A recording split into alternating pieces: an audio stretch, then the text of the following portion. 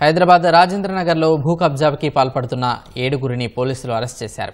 నకిలీ పత్రాలు సృష్టించి 600 గజాల ప్లాట్ను అమ్మిన కేసులో 15 మంది నిందితుల్లో 7గురిని పట్టుకుని రిమాండ్కు తరలించారు.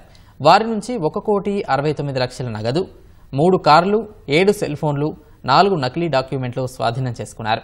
పరారీలో ఉన్న మరో 8 మందిని త్వరలో అరెస్టు చేస్తామని అధికారులు తెలిపారు. నకిలీ రియల్ ఎస్టేట్ వ్యాపారులతో ప్రజలందరూ అప్రమత్తంగా ఉండాలని, వారిని నమ్మి ప్లాట్ కొని మోసపోవద్దని సూచించారు. ప్లాట్లు కొనాలనుకుంటే సబ్ రిజిస్టర్ కార్యాలయంలో పూర్తిగా విచారణ చేసుకున్న తర్వాత వారి ఇంటికి వెళ్లి సరైన పత్రాలను చూసుకుని ప్లాట్ కొనుగోలు చేయాలని పోలీసులు వెల్లడించారు.